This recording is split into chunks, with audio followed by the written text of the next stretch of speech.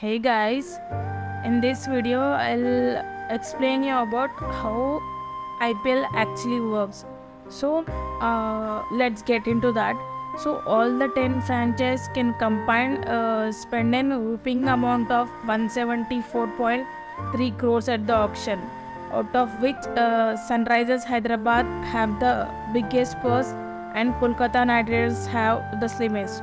So whichever team wins the IPL season, it will get 6 crores as prize money. So that's the ton of money for a common man, right? But for an IPL team, what does it mean? So think about that. Even if the cheapest IPL team like Rajasthan Royals per last season, its brand value is almost 1 billion. And for teams like Chennai Super Kings, their brand value is 76.8 million. So what would be a winning prize of 6 crores mean to those teams? Obviously, the IPL matches that you see on your TV are just a tip of iceberg. So the real money is exchanged behind the scenes. So friends, in this video let's come and understand the business model of IPL actually. So IPL, Indian Premier League, so it has developed a unique brand of cricket that combines entertainment with fast paced action, so and attracts the player from all along the world. So Indian Premier League has been around 13 years since, so but it's fast becoming one of the most popular and valuable cricket leagues on the world. So India has given a model for other countries to follow. So when IPL is successful, all these other places they will set up their leagues actually. So I'm not sure if you remember this, but before an IPL begin, so ICL was established. So not IPL, the ICL. So the Indian Cricket League. So it was special because it was started by a private company, by the Z Entertainment Enterprises. So the company that runs channels like Z News, etc. This company set up this league. So the concept of ICL was similar to one of IPL. There are supposed to be teams for different cities. So players would be auctioned, that teams would buy the players actually, and then they would play against each other. But neither did our cricketing board BCCI recognize the ICL, nor did the International Cricketing Board. So both organizations were displeased to see the larger number of cricket playing in the ICL. To prevent the players from the playing in the ICL, would face lifetime ban from the BCCI tournament. So BCCI did not want to have a cricket league that it could not control. So later in September 2007, BCCI announced a similar league like Indian Premier League. The vice president of BCCI was Lalit Modi then. So the tournament was being organized under his supervision. So he said that they did not draw inspiration from ICL, and that they were developing this idea for a long time. Earlier, this idea was quite popular in football and basketball. So the English Premier League, EPL, a tournament for football actually. So and the NBA for USA for basketball. So the first season of IPL was played in April 2008. So the previous restrictions on the players preventing them from playing the ICL, right? So slowly killed off the ICL. So the last season of ICL was played in 2009. It is very important to know, because if you understand the business model of IPL, you need to understand how BCCI is the center of business model here. BCCI is the governing body of IPL actually, and had tournament like ICL who gained the popularity. The government body of it would have been the Z Entertainment Prizes.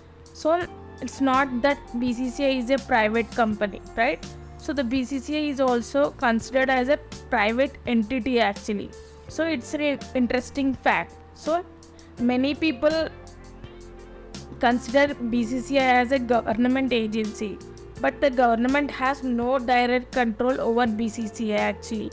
But since the ICC recognizes BCCI as the sole representative for Indian team and for cricket in India, it gives BCCI the authority to head the cricket in India. If somebody ICCI stops recognizing BCCI, then the BCCI would not be recognized the country authority in India any longer, right? And because BCCI is not directly controlled by Indian government, there are several controversies in the past between BCCI and the Indian government. But anyway, return to the topic, the responsibility of conducting and organizing IPL uh, lies with the BCCI. In addition to BCCI, there are three other main components actually in this business model. First is the broadcaster, the TV channels on which we watch IPL, right? These are the broadcasters. Second is the team of IPL owned by private companies and private individuals actually. So the third is sponsors, the private company sponsoring IPL and IPL teams and runs add-on TV channels. BCCI, the fourth component in this model, and it is a governing body of IPL actually. So they have two main resources and the revenues, you can say. The first is that sponsorship amount received by the BCCI. There are two types of sponsors actually. One is title sponsor, we would call it like previously DLF IPL at one point. Then it's known as Pepsi IPL, then Vivo, and now it is Tata IPL. So the brand name that's used here is the name, like title name of the IPL. So there will be a title sponsor, because whenever you talk about IPL, you will call the name of the company as well, right? So these brands pay a lot of money to become the title sponsor. So initially the 5 years of IPL season, DLF was the title sponsor with the sponsorship of 400 millions each year. It was paid to the BCCI actually. Then Pepsi 790 millions per year. Then the Vivo spends a lot of money on this, like 1 billion from 2016 to 17 and almost 4.4 billion in 2018 to 19. The title sponsor in 2020 was Dream 11, but Vivo was back in 2021. In 2020, Vivo withdrew the title sponsorship because the tensions between India and China. So, and it is the Chinese company actually.